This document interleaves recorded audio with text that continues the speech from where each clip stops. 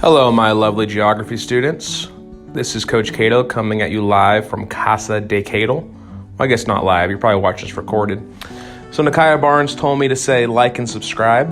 Don't really care if you do or not, but she told me to say it, so I'm saying it because she scares me. All right, guys, so today we're talking about Western Europe. We're going to start off picking up where we left off before the break, talking about the United Kingdom and the island of Great Britain. So first off, as we've said previously, the United Kingdom is not actually one country, it's actually four. It's Scotland, Wales, England, and Northern Ireland. Coach Cato, what about the rest of Ireland? Isn't all of Ireland part of it? No, the Republic of Ireland, which is the southern part of the Ireland Isle, is actually its own independent country, separate from the UK. It wasn't always like this, though. For a while, Ireland was actually part of the UK, and the people in Ireland really resented this. You see, most people in the Republic of Ireland are Catholic, and as we've talked about before with England, since King Henry created the Church of England, they are actually Protestant. So there was a lot of infighting between the Catholics and the Protestants, between the English and the Irish, and it kind of went on for a long time. This led to a period of time that people refer to as the Troubles. Now, to me, you can trace the Troubles all the way back to the potato famine in Ireland or even earlier. But the potato famine in Ireland is one of those really misunderstood events in history. We know that the Irish had a plague in their potatoes. Potatoes started to die. It caused a lot of the Irish to actually leave the Isle of Ireland and travel to places like America, which is why we have so many Irish Americans today.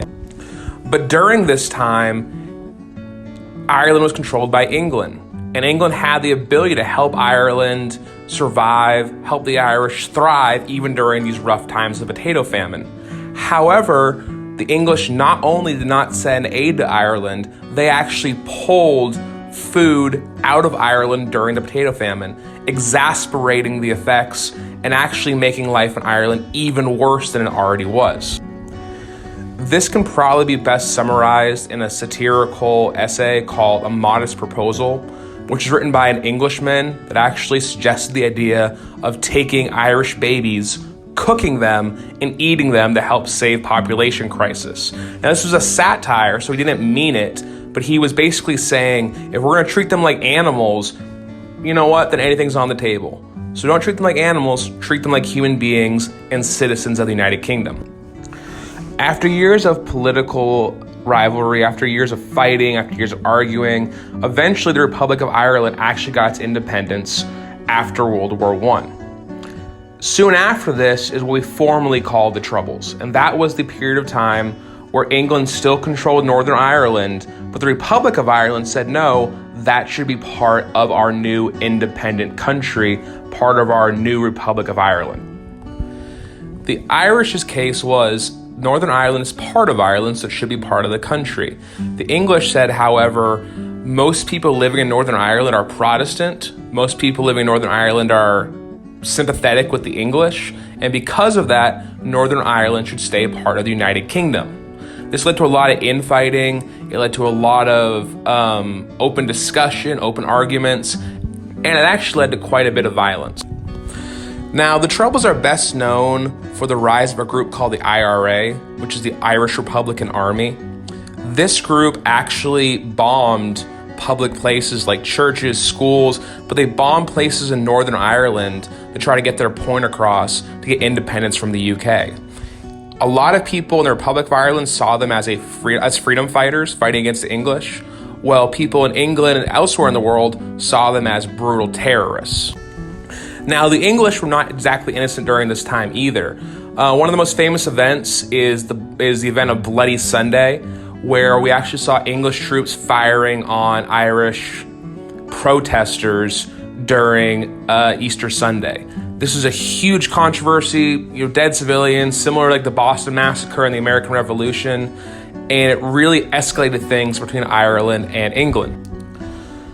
So we had the Irish, at least some of the Irish, the IRA, bombing English buildings. We had the English attacking innocent Irish protesters, It was a very brutal, deadly time between these two groups.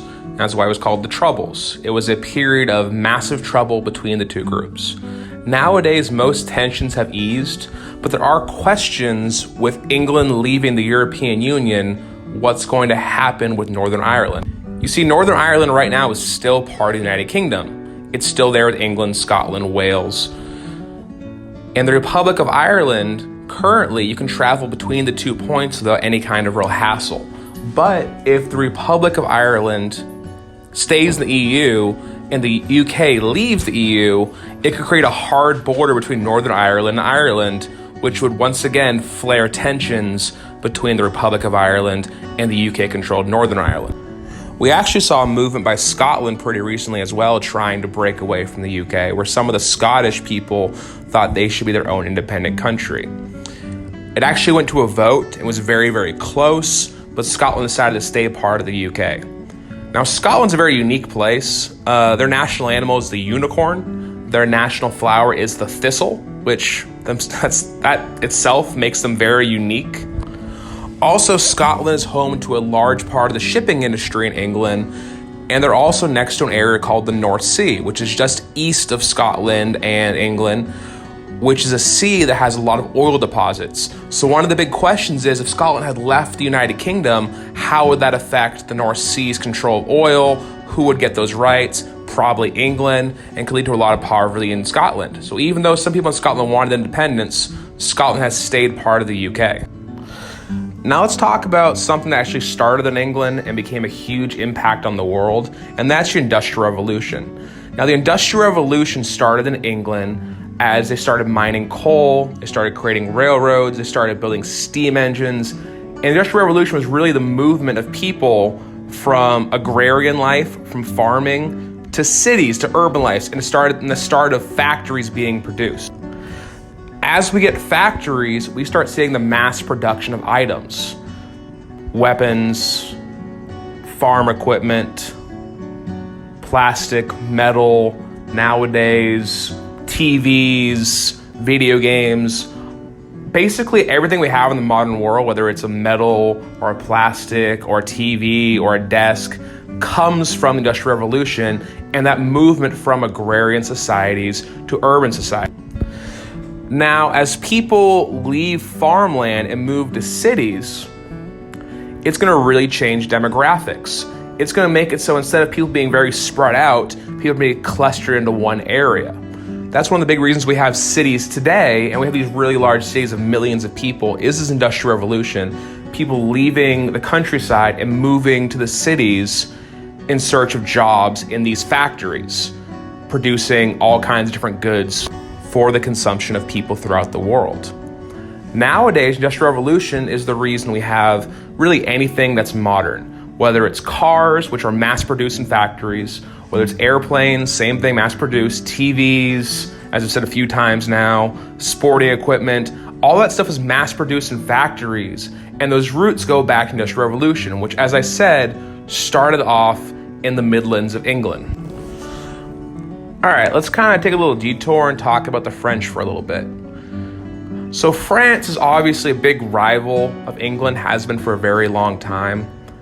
And hopefully a lot of you guys know that during the American Revolution, France actually helped America in the war for independence. They sent troops, they sent ships, they sent money, and they were a big reason America was able to have success against England in the American Revolution.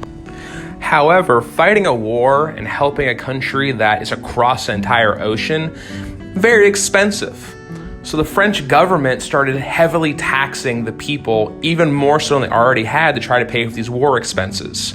Now, while the people had to pay tons of money and people started starving in the streets, lacking food, lacking the money to buy more food, the king, the queen, and the nobles were still very, very rich. In fact, the king lived in a lavish palace called Versailles, and he had absolute power. He could do whatever he wanted. He could call for new taxes. He could call for a new war. He had total power. There was no real checks on the French king like there is now on a modern American president or on a lot of the modern governments of today. He was an absolute monarch, which he ruled absolutely. Now, obviously, the people of France, not very happy. I don't think you'd be very happy if you were starving in the streets while this guy sits on his throne eating whatever he wants. And the French people soon rose up. You see, France was split into really three estates. It was split into the nobles, the clergyman, which is the church, and it was the commoners. And the commoners, even though there were thousands and thousands and thousands more of them than the first and second estates combined, they were not given an equal say. So what they did was they eventually rose up and started something called the French Revolution. The French Revolution was a bloody, terrible, crazy time in history. A time where basically anyone could be accused of treason, anyone could be killed, basically. Now you see, when the French people rose up, they opposed all nobility, they opposed the government, they opposed the king and the queen, so much so, they actually took the king and queen and had their heads cut off at the guillotine. You see, the guillotine was a massive structure with a blade on it, and the blade was actually tilted so that it would cut through very quickly, very evenly. This device was actually used to kill thousands of people during the French Revolution, during a time period we called the Terror, which during the Terror, if anyone suspected you of siding with the king, could be your neighbor, could be a friend that didn't like you, could be someone who's just being gossipy about you, they could tell the Third Estate government, and you would have your head cut off with a really quick, really unfair trial. Now, with all this craziness going on, and the killing and the fighting, eventually France needed a new strong leader to pull them back together and restore their power. This came in the form of a man named Napoleon. No, not Napoleon Bonaparte. Sorry, not Napoleon Dynamite, Napoleon Bonaparte. Okay, Napoleon Bonaparte was a man from Sicily. He had served in the French military. And over time, he gained more and more and more political power. He was able to sway people. He was able to move people. And by 1799, only about 20-something years after the American Revolution, France went from having a king, King Louis XVI, to having an emperor, Napoleon Bonaparte. Now, when Napoleon rose to power, he was not happy only ruling France. He wanted to rule Europe in its entirety. He thought he could conquer Spain and Germany and England and Russia and become really the leader of the world. He had much bigger aspirations than just being the leader of France. And Napoleon was a brilliant politician. He controlled the press, so he'd only print things that favored him. When he took over Spain, which is Catholic, he really sold himself as a devout Catholic. When he took over areas of modern-day Germany, he really showed himself off as a Protestant because that area was Protestant. So he would change his opinions on what he thought based on where he was.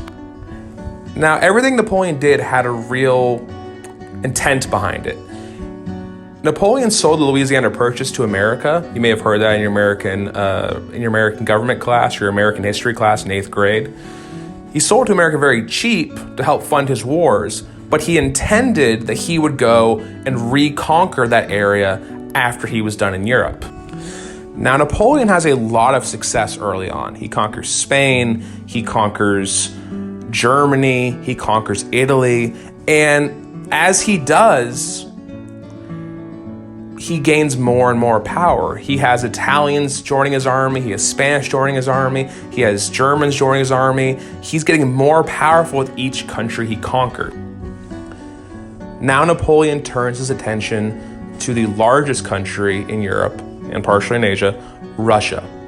He decides he's going to take the largest army ever assembled and invade Russia, hoping to really cement his legacy as the ruler of Europe, with only England left to stand against him. So Napoleon goes into Russia. He's got this huge army. He gets to the first Russian town, the first Russian city.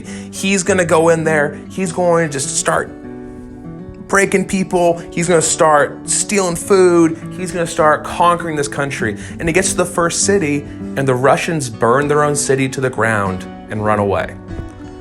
Now, this is a little confusing, but Napoleon's army thinks, okay, sweet, easy victory, and they move on. They get to the next city, and the Russians burn their own city to the ground and run away. Now, the Russians were doing this because they were using a policy called scorched earth tactics. And basically how it worked is the Russians knew if they kept burning their own supplies and burning the food, Napoleon's troops couldn't restock. Napoleon's troops couldn't feed themselves, and before long, the harsh Russian winter began to set in. Now, the French knew this, but the French also knew if they could just get to Moscow, the capital of Russia, and they conquered Moscow, then it would all be good. Surely Moscow would have enough food, enough clothing to supply the armies for the winter until spring came around. But as Napoleon's army gets to Moscow, the people of Moscow burn their own capital to the ground simply so Napoleon's troops can't have it. Soon after, winter sets in. And when winter sets in, Napoleon's troops don't have winter coats, they don't have enough food, and we start seeing Napoleon's troops starving to death and eventually having to retreat back to France, having been defeated more by the elements of Russia, more by their weather, more by their climate, than the actual Russian troops themselves. But this blow to Napoleon is huge. When spring rolls around, we see all the remaining countries of Europe band together, attack Napoleon together, and defeat him. So Napoleon is defeated. Now, these countries in Europe, though, they decide, you know what? We can't kill Napoleon because he'll become a martyr. A martyr is someone who dies for a cause, and that cause only becomes stronger. Think Martin Luther King. When he died, the civil rights movement became even stronger because he was a martyr. So instead of killing Napoleon, they exile him to an island not too far away in the Atlantic Ocean. Well, Napoleon, believe it or not, actually escapes the island, goes back to France, names himself emperor again, becomes the new leader again, and rules for another 100 days before finally being defeated at what's called the Battle of Waterloo, which ended up ending his run as leader of France. Now, this did not mean Napoleon was killed. He was once again exiled, this time to an island much, much farther away. There have been rumors and stories he escaped that island as well, but there's no proof of that. So Napoleon, as far as we know, lived out the rest of his life on that island, eventually passed away, and the French Revolution went from a king to an emperor back to a king. Very different than the American Revolution. Now let's talk of some of the impacts that Napoleon had on the world. Italy during this time was actually 3 separate kingdoms. When Napoleon conquered Italy and then eventually was defeated, Napoleon created one united Italy. So when Napoleon was defeated, Italy became one united country, which it still is today. Napoleon had the same effect in Germany, where Germany used to be all these separate little principalities, different areas ruled by local princes, local leaders. And after Napoleon conquers this area, they no longer become, yes, I know, Corona cough, I'm sure there's jokes being made there, but they become one united country. They become Germany. And really the modern country of Germany is created by Napoleon's conquest. Fun fact, Napoleon actually was not short. He was average height for his time. He was about 5'6", which is about average height back then. The British always said he was much shorter, painted him as a much shorter man to try to discredit him. It was basically anti-propaganda against Napoleon, which I always love, going, ha ha ha, you can't beat us with your 100,000 men because you're too short. So he couldn't dunk, but he was still a pretty good leader. All right, guys, I posted a quiz in Google Classroom just like last time. Make sure you go on and take it. Stay safe. Wash your hands. I love you guys. Keep learning, keep growing, keep getting better, and hopefully see you soon.